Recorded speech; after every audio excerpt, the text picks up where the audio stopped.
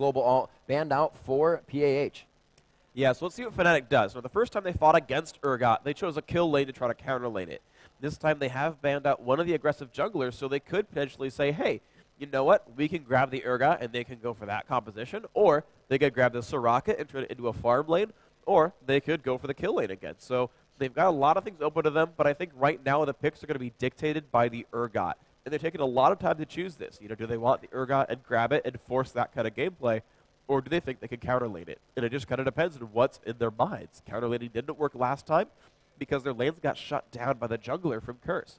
Now, you know, I don't know if they don't respect Cotton X or if they say, screw it, let's take Maokai, let's shut down one of those aggressive junglers. Right. You can take Urgot, then we're going to grab a counter lane. Yeah, I was just going to say Urgot somewhere. Lamia doesn't really play him that much, so we may not see Lamia on Urgot for this matchup. We'll have to see the first two picks of Moops and Lunat here. Lunat, your support. Moops, your mid for PAH.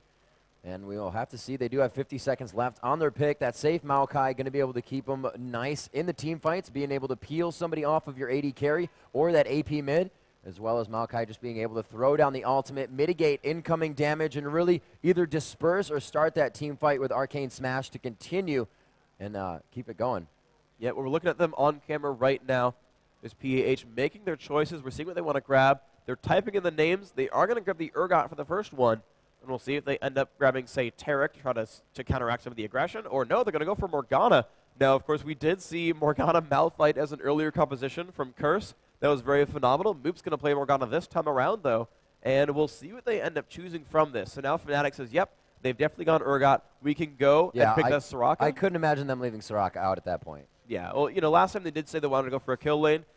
Basically, when they grab Soraka, it means, yes, we're going to go and we're going to say both sides are going to farm. Urgot very good at last hitting at a turret, so you're not really going to shut him out by any means. You could go like Soraka Corki or Soraka Graves, and you can shove lanes all the time. And that does give you an interesting bit of pressure because you can shove, shove, shove, and then you can show up somewhere else and make lanes happen and, you know, make plays happen. You can show up for Dragon, show up for Golem. Again, they are blue team, which means Fnatic's bottom lane is going to be near PAH's Golem buff. Yep. And so if they pick a heavily aggressive champion like a Graves or like a Corki, they can shove and help with blue whenever they want. And that is very important. The fact that they have Soraka still here does mean that, you know, they might just feed mana and play that aggressive lane. And it looks like that's going to be the case here. They will be able to outfight Urgot, and they will be able to survive his aggression. So, you know, this could be very, very good for them.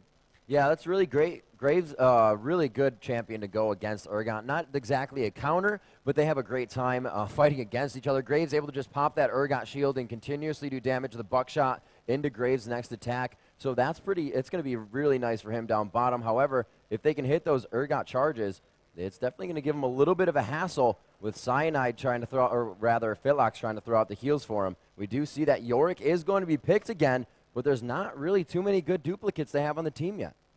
Yeah, so let's see what they end up doing. Oh, it might. Oh, that's going to be a Taric. This is going to make this lane very, very interesting at the bottom because you've got a lot of sustain and pressure here from the Graves Soraka, but at the same time, if Urgot Taric finds someone, they can make that very difficult for either Soraka or Graves. The stun into the Acid Hunters, into the Corrosive Charge. It's going to be a very difficult situation. Additionally, Noxian Corrosive Charge and Shatter will both reduce armor, and so it's going to be even more difficult for Fnatic to survive that type of situation.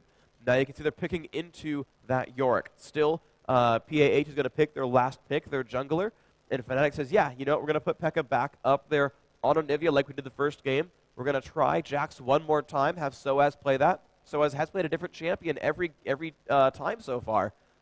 Same with Lamia as well. So a lot of different picks coming in here from Fnatic. They're switching things around a whole lot, but we've got a 3x pick on Yorick from PAH.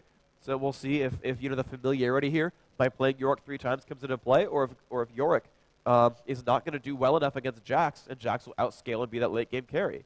But doing pretty dominant, we'll be able to do good damage to Jax in that lane, obviously not being all physical or attack as well. Jax being able to dodge that with his ability. So that could go quite well for Yorick. Definitely going to be an early sustain lane for him for sure. They're going to want to focus that top, or not X-P.E.K.K.A rather, but Cyanide. We're going to see him up top quite a bit trying to shut down Swigirl. And here we go. We could have that Nocturne coming in. So they have banned out Twisted Fate, the Destiny, and Shen, and maybe they won't take Nocturne's ult. They might go for the Lee Sin here, and this allows them to be quite tanky and very mobile in their team composition. The swap out, the shield in as well. Once they swap out, you know, Lee Sin can safeguard right to Urgot, and they have those two in there being very tanky, taking a lot of cooldowns and initiating that fight from Morgana to Soul Shackle.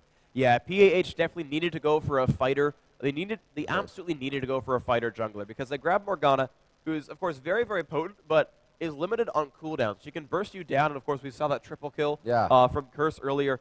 But realistically, she kind of goes in at one time, does a lot of damage, and then she's got a very long lull where she's not casting anything. She's not dealing any significant damage. And again, they've got Urgot, who's not such the late-game carry. He does have good damage output. He is not a nothing, don't get me wrong. Yorick does some damage, but also not a big carry. You know, he's not Aurelia, he's not Jax. And so they need to say, look, who are we actually going to clone in these fights? If we get a fight on our favor and no one gets bursted, who do we actually want to revive? And so they grab someone like Lee Sin, or in this case, Nocturne, who says, I'm going to go in there. I'm going to fight. We've got Taric and Yorick, who are already in the front lines. Urgot's already going to swap. We've got a Morgana Black Shield. We've got enough beef. This Nocturne can play 21 offense masteries. He can play a lot of damage. He can even go for a Yomu's Ghost Split if he wants. He can go aggressive assassin style. He can jump onto the graves. He can do a lot of damage. And you know that's going to be his play style here. They want that big melee carry, and that's what they've chosen here with Nocturne. You know, I think it is really the better pick over Lee Sin because it makes it such a scary initiation. For your teammate to be swapped out, a prime choice of whoever Reckless One wants to swap, and then Nocturne throws on Paranoia and shuts down the vision to be able to help that teammate that just got swapped. So somebody's going down on that initiation just about every time if they can get it to work. Yeah, so we're going to go here into the loading screen. And so what do you think then on these lineups? Okay, we've got a number of carries here with Anivia, the jungler, on Maokai more of a support, but you've got Jax in the top lane, Graves in the bottom lane. You've got a lot of damage output here from Fnatic. Meanwhile, you're seeing on PAH, Morgana, good upfront damage, but not really a carry. Nocturne can do that from the jungle. Urgot, good sustained damage, but not quite carry level. And the same thing from Yorick. So what do you see here from these lineups? Who's your favorite here? Well, focusing on what's going down, seeing that Morgana's going to have to get in, seeing that Jax is going to have to get in, and Maokai, this is going, or other team rather, for Nocturne, Sway Girl, and Reckless One, they're going to be all thrown into this fight. As I said, they kind of want to spin them out, get that hyperkinetic position reverser and Urgot's ultimate to switch somebody, but then you're switching into a team that's melee. Jax can get in there and stun your entire team. Anivia can just throw her down her ultimate and start doing double damage to people, and Cyanide is pretty good at peeling off, so they can really recoup that fight if they needed to. So it could really go either way. I'm really liking the composition of PAH though right now. That Urgot swap into Nocturne out could be very effective for them late game. Coming around the Tribush, no ward!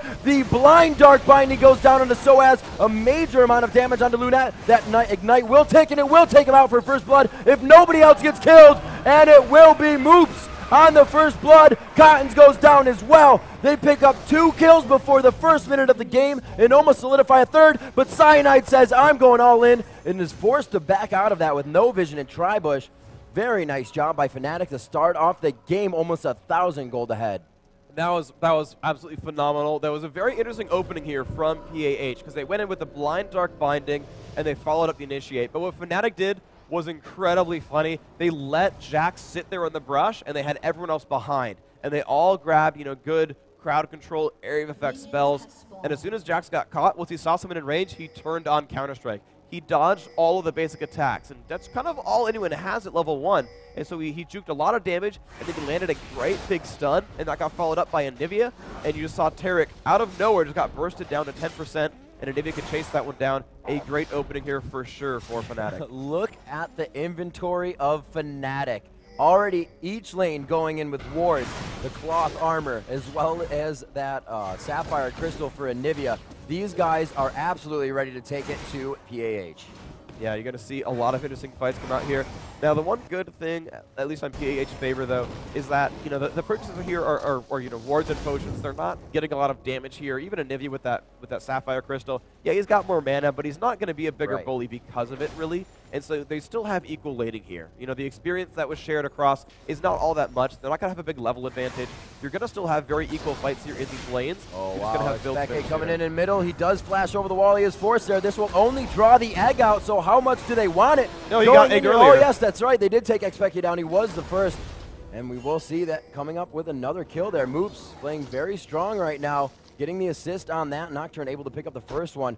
So they did play that quite smart, forgetting that Xpeke went down myself, and these guys are absolutely back and forth at each other's necks right now.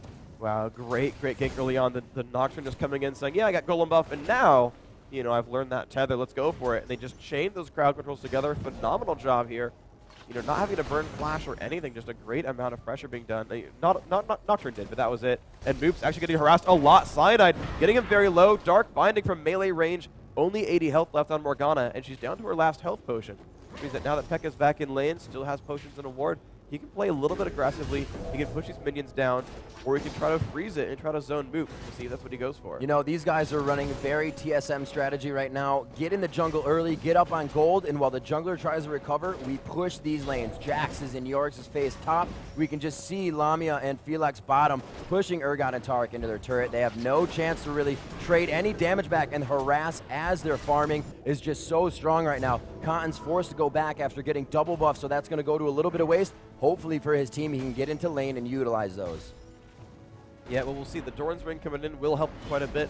No one's getting any early gold for 10 necessarily. However, though, Lamia did have one of the early cloth armor, so I actually made a bit of a misstep there when I said, you know, no major items. Lamia did come in there on Graves and said, I need bonus armor, because, again, a lot of armor shred in this lane, a lot of aggression. I want to kind of mess with that. And he's actually coming in, even taking turret shots just to force down recalls, because their early laning actually amazing right here. This Graves Soraka lane doing phenomenally right now. And, you know, they're going to start, I think, pushing ahead right now. Yeah, they're really trying to force these guys back to their turret. They know that Nocturne trying to regroup right now won't really be in lane too much. They did just see him towards the top side. Very nice damage onto Soaz. Soaz with the Ignite on, it is ticking. He's going to leave this one with about 100 HP, but he's going to walk right into Cotton. Cotton missing the Duskbringer. And it looks like they are going to be able to try to dive this under the turret. A few more hits goes down. Maokai to save Soaz. Soaz gets out alive. Cyanide coming up huge, and he may find himself a kill as well here. The Arcane Smash. Dustbringer for the speed. Oh, it's Soaz coming back to get the kill for himself and say, I don't think so. And that was really good patience by Soaz. He waited a long time. Cyanide, of course, crowd controlled him. Pekka doing some good damage. But what he did is he made sure that Counter-Strike was up before he jumped in. Top, yeah, there we go. A lot of damage. Cyanide diving in and picking up the kill on Yorick underneath the turret. That wasn't me, by the way. I'm not controlling the camera. Don't blame me. A lot of bot lane pressure. I'm serious. It's not me, okay? I actually looked top lane when he yelled it, though, and I watched the kill happen. Anyway, sorry, guys. Lamia and Felix doing an amazing job this bottom lane. I mean, they've stopped a couple of recalls there. You can see that this Yorick trying to go for Tear of the Goddess. This Urgot finally back in lane with just a Doran's Blade right now. And we'll see if he can pull ahead right now, or if just the early kill that Lamia got is going to get him just farther and farther ahead in lane. Cotton here, level 4, trying to make his way into the middle on Xpeke. Playing very cautiously. He does have a ward towards that top side, and they know there was some action there, so he's playing down towards that bottom brush, although without vision lately, kind of putting himself in a dangerous position, but that is close to his turret, so he knows what he's doing for himself. Lamia, that lane resetting down bottom, but still keeping that forward ward aggression. Very nice dash out, dodging whatever Urgot would try to tag on there. Cyanide once again moving top, a very nice counter with the ward they just had placed. Soaz obviously going in to bait this one out. Twisted Advance, very nice job taking down the shield on Cotton. Soaz hit that off him, so Maokai's Twisted Advance would land in midair. Cotton may find himself going down, leap strike onto him. Yorick now trying to go into his turret, very low, 275 HP. Cyanide says, I'm going all the way. Sapling goes down, and he gets a little bit of HP from his ghoul, and it looks like he is going to make it out alive in that 1-4, but here comes Moops. Moops is coming up, and he will try to play cat and mouse with him here. He's trying to back in a position. He may be seen by those creeps. Is the Fog of War right there? Oh, he sees him, takes down the Tormented Soil.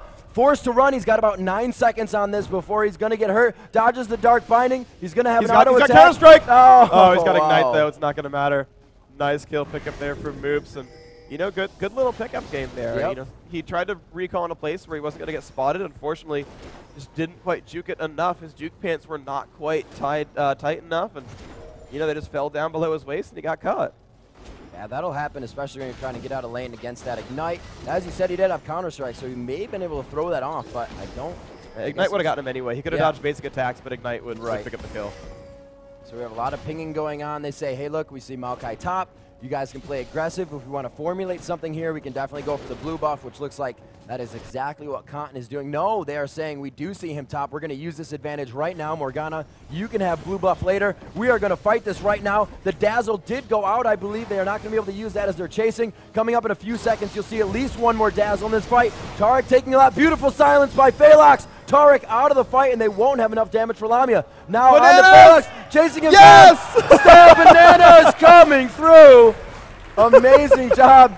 And Phalox says, you know what? I'm going to go down with the turret. This is a beautiful kill. Stale Bananas with the +1 damage. Great job. Wow, that was absolutely great play. Actually, Soraka held on to her heal for a very long time. He knew he would only get one heal in the fight. Said, okay, I'm going to use it once you actually start taking damage. Not when you get stunned, not when you see Nocturne. I'm going to wait until they're actually on you. So the armor buff will block the most damage possible. Used Wish in that fight as well, and actually made Lamia survive in a fight where I thought, oh man, they stun combo didn't get healed. Oh, this is brutal. But an amazing set of timing there by Soraka, baited them out long enough, and of course the trade kill there. I think Soraka was already a little bit out too far, was going to die regardless. So, good little attempt there to pick up that kill. Yeah, it was a great countdown on the Dazzle as well. Looks like top getting pushed very hard. Kenji actually get the right one. Wow, very beautiful job by Suego, trying to actually stay on the backside of the turret so you couldn't target him. Xpeke, though, just that micro click, too good, was able to get all the damage he needed in that short amount of time. Yeah, we can see Peke just kind of knocking down this minion wave. Finally, the clone dies out, and they're going to get a whole lot of minion clears there at the top of the map. And 8-4 right now. They've gotten themselves 3,600 gold into the lead. Fnatic here in a do-or-die game against PAH, and they're right now in the driver's seat. 9.5 minutes in, they've built a bit of an advantage. Still could go either way. Both teams have the ability for some crazy turnarounds. Morgana and Urgot have some amazing ultimates, and there's one of them. Lamia getting caught up there. There's Nocturne in there as well. The heal goes off. He's got a lot of armor, but they're just on top of him doing so much damage. And he will drop down. There's the combo. Yep. Even if she wanted to get in there for a heal, Phalox couldn't see where Graves was. Lamia was under that paranoia of Nocturne, and nobody could see anything. So the swap into Nocturne working for them. They didn't have a full team composition on it, though. So with that Maokai, with that Jax to peel them off of Lamia, the next fight may be different. However, a great pickup here. 16:05 going to be Dragon, as I've been saying 7 minutes. I don't know why I had Baron timer on Dragon for like the past 3 games in my head, but it is 6 minutes. So we'll see that again at 16:05. Beautiful back and forth between Moops and Anivia middle as they kind of trade some damage. Looks like that blue buff was finally delivered over, however, to Moops, so that'll be nice for him in mid lane. Yeah, so both players have about a minute and a half. Oh, nice. No, I think that. Okay, Pekka got it. Just barely. A Dark Binding came out, tried to pick up one of those wraiths, but looked like Anivia got it anyway. And yeah, the Golem buffs right now on both these players. They're going to spend all their mana just kind of over and over, try to shove minions down, and there we go. Look at that. Pekka forces the minions out, and he's going to move over towards the top of the map. Right now, he's just kind of watching for junglers. A stun from across into the Fog of War. Nice there. A lot of damage being dealt back to Moops, and then walls himself to make sure that Moops could not catch up with a flash or anything, and Pekka gets out of range. Ooh, the Dark Binding catches him, though. That could be a little bit of a scary situation. We'll take a little bit of damage there, both with blue buff. Again, one of those lanes where they can't really kill each other. They're going to be finding a lot of kills from different lanes here. We do see that Moops will back. The tower bottom will fall. 11 minutes and 15 seconds for your first one there. A good amount of global gold going to Fnatic. Now with a lot of control over that bottom half of the jungle.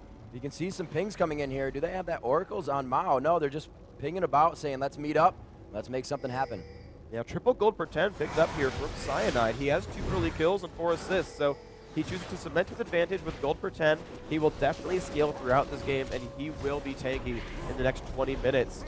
He does set himself back a little bit by spending 700 gold on a cage pick, but if Fnatic can say, let's kind of stall out this mid game, I think the mid game is really where Morgana and Urgot shine most, where everyone's relying mostly on base damages for abilities. And these guys, of course, have a lot of base damage. They're relying on early utility, and that's what these guys have right now.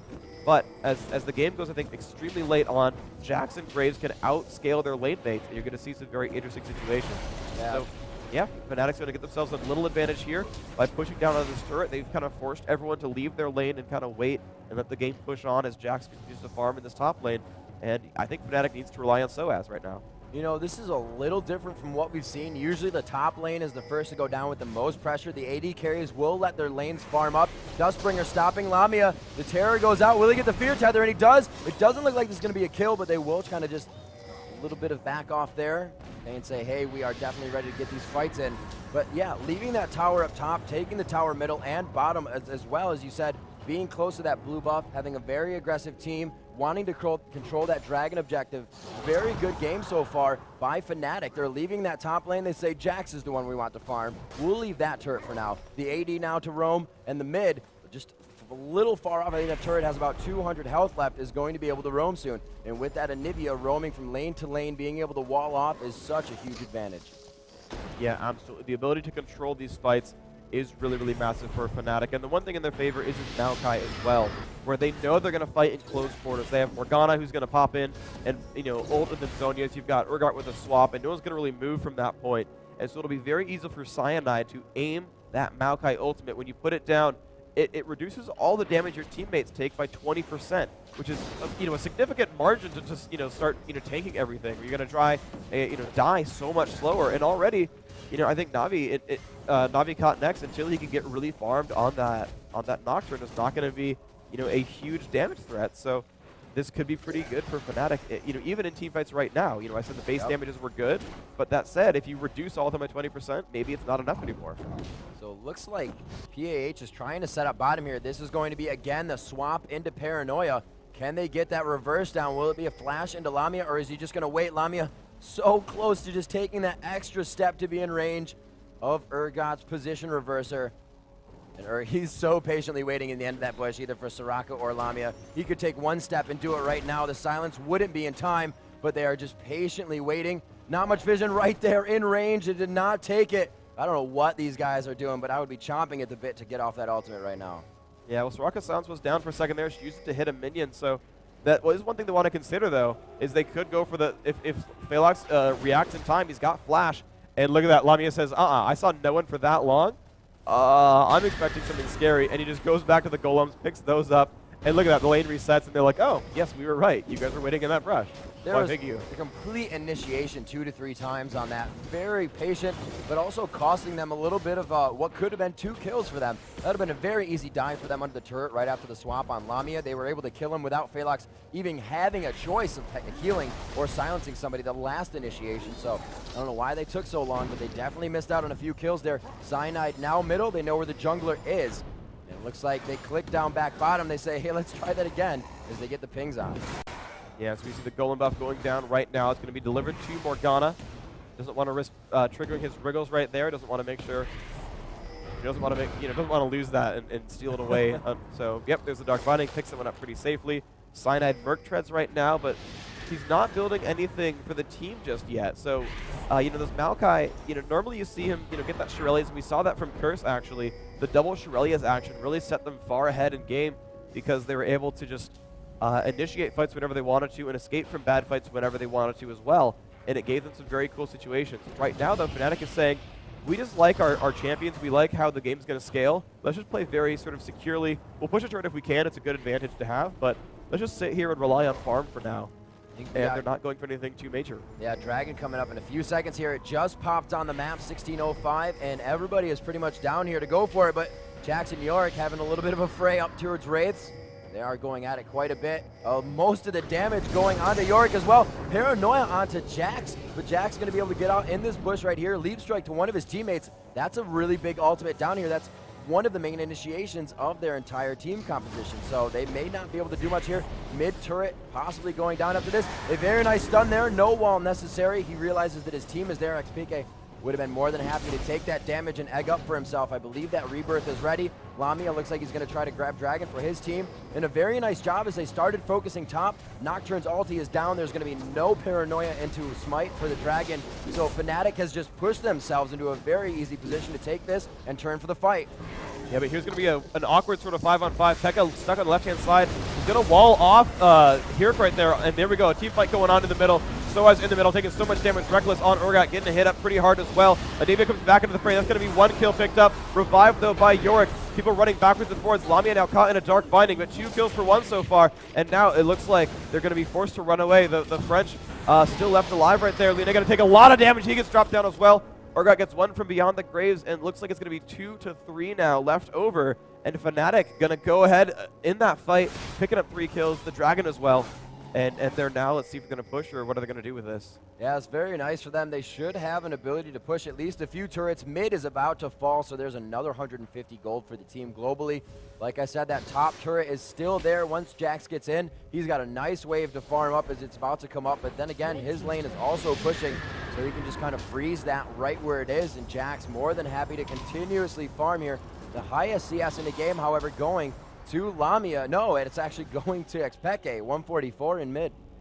Yeah, so a lot of farm happening here. Of course, you can see Morgana very close to that score as well. These mid lanes, of course, doing a great job at killing minions, but you're seeing that bottom lane was pretty scary. 137 to 103, and you know, Fnatic said, yeah, okay, we'll make it a farm lane, and they succeeded in that case. They succeeded by 30 minions by saying, okay, let's go farm lane. We'll go Soraka. You'll pick us up once. We'll pick you up once. Whatever, no big deal. But they managed to outlast hit, and that kind of got them ahead right there. And so Fnatic are just saying, yeah, let's play the gold game. Let's just win on gold. We'll just farm, we'll lane well, we'll get gold for 10s. Now they got out of position here, though. This is going to be a nice, easy turret kill here from PAH. They're going to like that a lot. A little bit of stun coming from Anivia, but not too big a deal. They're going to equalize that a little bit, 1 to 2 on turrets. And now let's see what Fnatic's next move is. Oh no, Soaz going very hard top on Sway He is just having a ball there. Almost has his Gunblade finished at 19 minutes. I believe he has a good amount of gold on him as well. Yeah, let's see. Nocturne going to come up towards the top. Let's see. Yeah, he's got a lot of money. Yeah, 1,000 gold on Maokai. Looks like Jack's almost 400, but he's rich otherwise. We got 1,200 gold and actually didn't buy anything with it. He's actually kind of walking back to the lane right now. He's going to pick up some minions. Let's see what the next major buy might be. Got Archangel's already done up there on Anivia. Got the Bloodthirster. Wow, interesting build here. Bloodthirster into Last Whisper, but oh, he gets baited into 1 versus 2. Soaz trying to run away now. Cotnex blocks that stun with his spell shield now. Soaz into 1v3, and that's going to be a kill picked up. Nice job there. Good baits overall. Hirk playing there on Yorick said, yeah, you like fighting me? Sure, let's go in again. Oh, you want to fight me? Oh, that's nice. And then Nocturne shows up. A very nice little bait there. Good move here by PAH. And they're going to turn this one into a push. Now only down 3 kills. They've picked up a couple in a row here, and now they're picking up 2 turrets in a row as well. I really like how this mid game suddenly played out for them. They've made some really good decisions, and they kind of brought themselves back into this. Yeah, they've turned it around. You know, destroying those lanes early actually gave Urgot and Tarek the chance to roam around, which is still a very deadly composition once you get it into somebody else's lane. Not expecting it. We saw the 3v1 there pretty much was a 2v1 with an Urgot as well, and then he was able, or Yorick rather, and then he was able to duplicate. Tarek came in for the kill, and these guys have really just turned it around. Their items are being finished up now. They do have the Zonias going on to Moops. He is going to be able to get himself in that fight very nicely. Got a good amount of HP now onto Cotnex.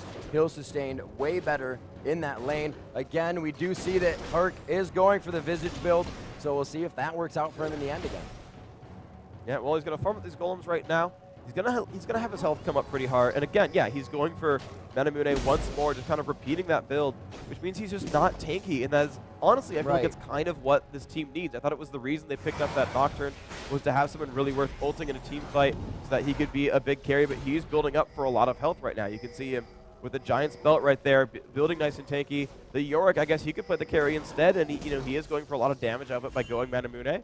Maybe he wants to just ult himself and rely on the damage output there. But, I see them kind of fizzling out by late game if they can't get someone really far ahead. So, Fnatic kind of farming up their carries. 130 minions only, though, on Jax is not all that high. I think he would have liked to be higher. So, maybe that late game is not as scary as I thought it would have been, because Jax is not having the best lane of his life. Right, yeah, it's not really working out for him, although having that entire time top, it seems like Maokai has been able, or Cyanide rather, has been able to get a few of his creeps, as Jax always been backing his fights. He is able to be up on health, but it's not enough to stay in lane for himself, so his initiations, sometimes kills, sometimes assists, are also causing him to back, so there's no real win in that lane. They're kind of just trading back and forth. Yeah, but speaking of trading, you just have kind of minions dying back and forth in this mid lane. They've actually sort of regrouped back towards the very middle. They kind of clear them out once more, and of course Morgana, Urgot, Nocturne, they're all doing the same. These minions kind of getting traded back and forth. Everyone's farming gold. Lamia left alone at bot lane is going to let him farm up a little bit. And you can just kind of see they're just going for gold still. Fnatic are not really going for any major pressure. They know that the mid game is so very scary against an Urgot and a Morgana who can just shut down fights if they get a little bit scary. Morgana has already finished her Zonia's Hourglass, so she is kind of hit her highest point in power right now. Her base damages are very high. She's got some good ability power, 187. She's able to ult in and just stun everyone up. And people can die during those 2 seconds of stun, so she'll be happy to have those fights work that way. Looks like that PAH is going to be picking up some gold for themselves here. Wow, Xpeke actually holding off on the turret. They can't get to it. His last frost fights here, and he's just trying to hold it down. Looks like it will go down to the siege minion, though. It is relentless. No, he saved it. Wow. Bottom Soaz putting a little bit of pressure on this second turret for bottom lane. Spell shield forced to be used on Moops. It looks like they will back off here. And Dragon is up again. Yeah, Dragon's back up. Unfortunately, Sinai didn't drop any saplings on the way back, so they don't have a lot of... Well, actually, no, I take it back. They have wards for vision, so he doesn't need saplings for it. And Fnatic saying, yeah, you know, we'll play, I think like Curse did in the very first game of the day, where they built an early advantage that, okay, let's just move forward incrementally. Let's just, you know, take the farm. Let's keep kind of winning in minions. You can see two members of Fnatic are over 200 minion kills right now, whereas no one from PAH have done that. And so they're saying, yeah, we'll just kind of build an advantage. They're up about 9,000 gold now, and they're just going to kind of keep playing it that way. And that's going to build them a pretty good lead, ultimately. Yeah, there comes a time, like, once you're winning each lane, you're able to go into each other lane. Jax, Soaz doing it very well right now, just making sure the pressure is always there. Not, oh no, they did get a hit on it. One purple caster minion, so OP, taking down the tower. 150 gold now going to PAH. Looks like they're going to need that quite a bit now, as they are down about 7,000 gold as they just creeped up there to 31K. So as they come into this, they are getting that Rabadon's onto Morgana. She is going to need that for a bit more of her damage output. And that'll be very nice for them once they start to lock down these fights. That Rabadon's is really going to be where the damage comes from on the Soul Shackle, Black Shield to initiate with the swap and Nocturne in there. It's a lot easier to say than have it happen. Yeah, of course. So, you know, the ability to initiate here is absolutely phenomenal. You know, it just hasn't quite happened in a while for them, though. You know, we had the earlier stab at the bottom lane where they waited in the brush and it just didn't quite go up on Lamia. But the ability to pick off a kill is always here, though, for this team. So they just need that one lucky break, and they can turn the game on its head. Right now, Fnatic, yes, they're winning in gold. They've actually built 4 Quicksilver sashes. Everyone but Soraka has just finished a Quicksilver sash. They've all said, okay, you know, here's our builds, finish your first big item, now build it up. That's going to be a very big deal here. Is now they can say, yeah, let's push now. Let's go for it now. Pretty much just made Urgot a useless champion. Well, I mean, they've still all spent 1,400 gold. They have some magic resist against pretty much a physical damage-heavy team. And Urgot still has damage of it. He's got the Frozen Heart, so he's going to slow down the attacks of Jax and Graves. It's going to be a big deal there. He's going to be tanky. He can still do a lot of disruption. And ultimately, what if they have to, you know, Quicksilver Sash, maybe a Morgana Bind or something? There's still a lot of interesting situations available where you still might get that swap off. So, you know, I think Urgot still has the chance to do something. But yes, his ability to initiate has been basically cleansed of him. So now you've got to see if Fnatic's going to go for the pressure here. If they now feel safe and they say, yeah, let's go for it. Or if they still want to play that farm game and build their gold advantage that way. Looks like they are back in, definitely waiting for Lamia right now as he comes up middle. They don't want to get too aggressive without him. That's a lot of where their damage is coming from. Anivia or Xpeke can really output damage, but it's only going to be once his cooldowns come back up. He does have that blue buff. They're going out. Beautiful spell shield by Continex to stop that one from stunning him up and really initiating the fight for them. Saplings going out. The poke game to begin here. Fnatic's got a lot of it. They've got a pretty fresh golem buff here on Anivia. Has 2 minutes left on that. With the master, which I assume Pekka has, it gives you basically 3 minutes exactly of buff duration. And so you kind of time that out and say, yeah, okay, he's got another 2.5 minutes or so. Let's you know, keep that running along. But they actually kind of let up for long enough to let PAH go and grab their own golem here. And you can see Moob's going for the damage output. He's going to pick that up for himself. Cotton almost gets led there. He's going to block one, though, with a spell shield. Be pretty safe. And there's no major ward sweeping. There's oracles on both sides. That's cool. But they're not really playing the Baron bait game. This is a little bit different because you see a lot of American teams play in this way, where they say, hey, we've got a big gold advantage. Let's sweep Baron over and over and over. Let's sweep all the wards, and let's make you come to us, make you fight near us. And this time, it's not really the case here. Fnatic are just kind of sitting around. They're farming it up. And, of course, as I say that, as soon as I say that, no one's going for Baron. There is PH, and they are going for Baron. And the ward control Yep. Fnatic doesn't have any, so they need to just kind of run headlong into this and hope that it works for them. Yeah, it's going to be PAH with a few wards on that Baron path coming up. Moops is the first one out. Soul Shackle down, but will it be enough time? The Zonia's beautiful timing. Everybody's forced out, and they kind of have Fnatic split, but instantly they jump back into the fight, and look at how much damage they can output. 3 members of Fnatic already forced to run. Urgot as well. Herc forced to go down, and now they have them on their heels. It's going to be Moops and Cotton. Very hurt. Reckless one finally falls. Lynette was not the focus, but now you can see when he's getting hit, he will go down. A beautiful job by Lamia as well to get that quick draw over the bush, and then the buckshot in for the kill onto Moops. Very well played by Fnatic there coming up on the late Baron. Yeah, excellent play there. And the funny thing is, every single person from PAH actually had their flashes up. So they got Baron, and then Fnatic showed up, and they're all like, run, run, run, right? And, you know, Morgana opened up.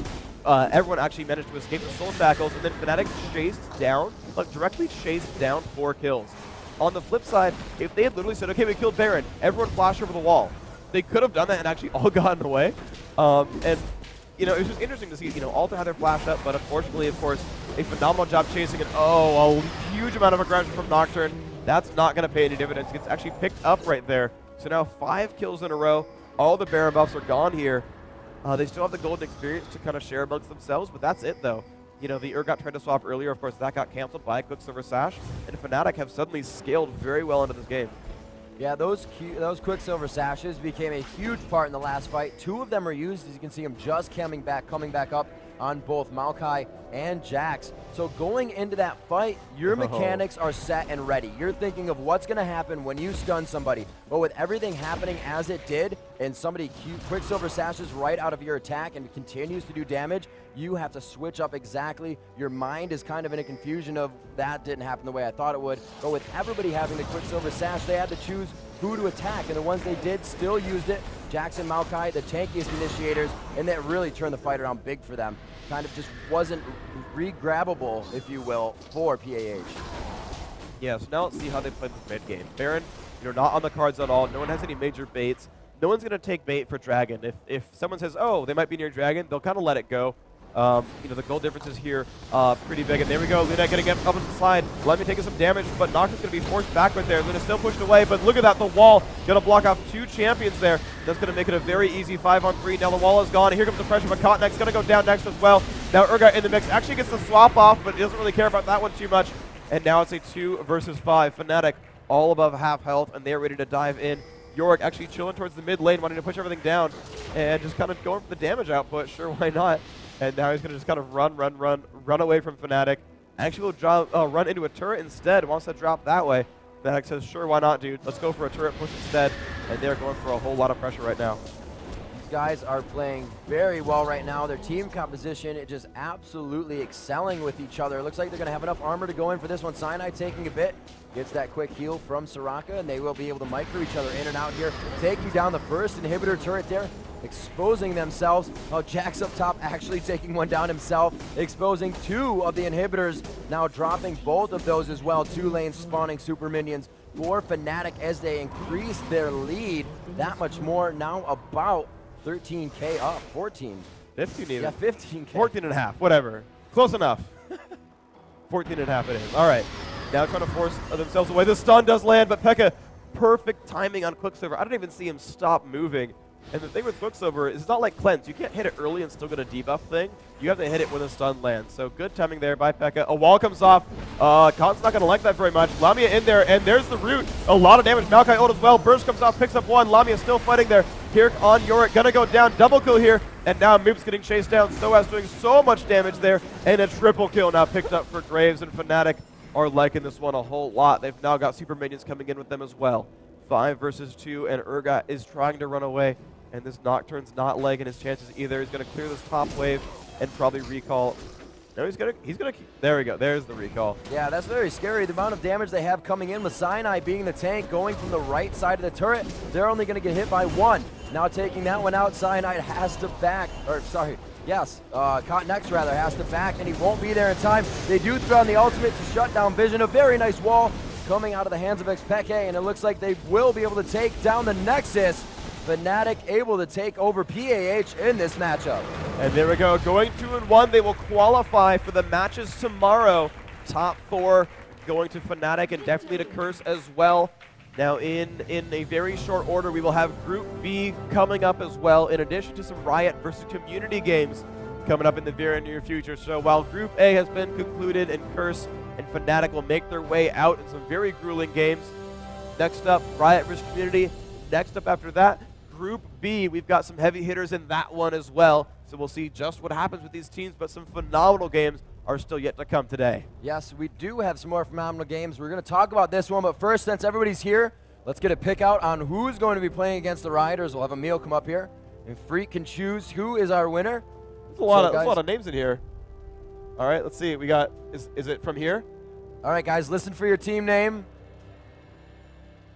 Uh-oh. All right. Team name, Gank Top. Let's see, that's Sapen. Oh, this is hard. I can't read handwriting very well.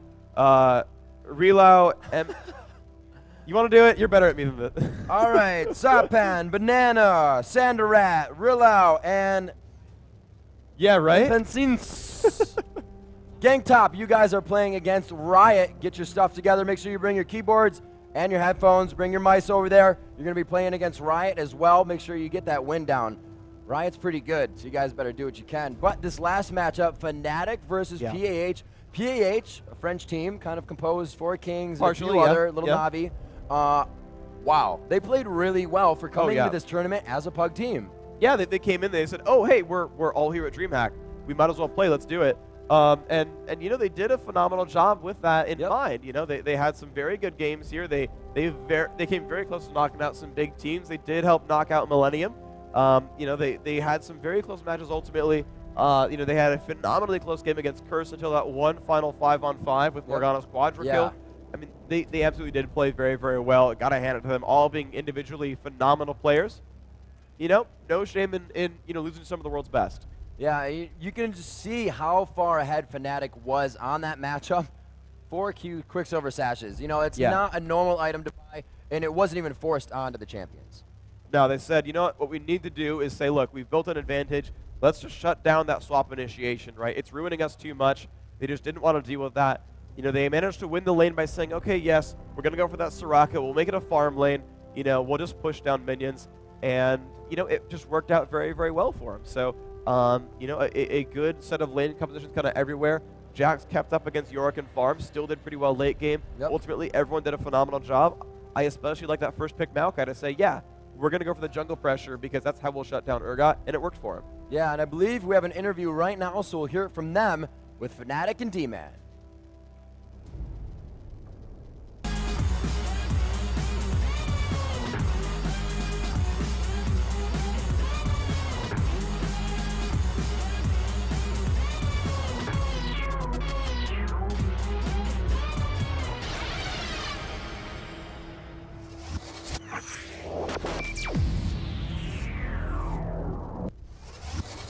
Welcome back to the player area, ladies and gentlemen. We are joined by Phelox to start with from Fnatic and Maluno from Curse. So we'll start with you to start with. We just saw your match on the big screen. It worked out pretty well for you guys. Yes, of course. We are pretty proud to be in the semi-final right now. So first of all, tell us about how did it go? I mean, the first game of the day was a big loss to you guys because you've been performing so well before you come in here online. Was there a big confidence knock straight away? Yes, of course.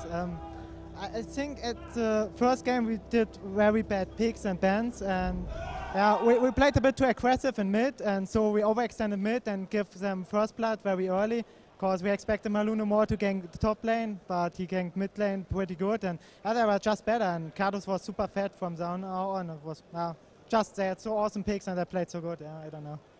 And then moving on to the last match, it started off so well. You couldn't have hoped for a better start, level 1 fight. Soaz just sat there ready and waiting with that counter strike. I think you got blind dark binded, but just counter striked. And you guys, did you have a specific target you wanted to go for, or was it just so happens that the Launet went low on health? Yeah, it was just like what we wanted to do, just going Jax in front, that he's going get attacked, and after that we just raped in a team fight, and that was pretty good, and it was Soa's idea, I guess, and it was really awesome. We never did that before, and it was just like a try out, and it worked pretty well.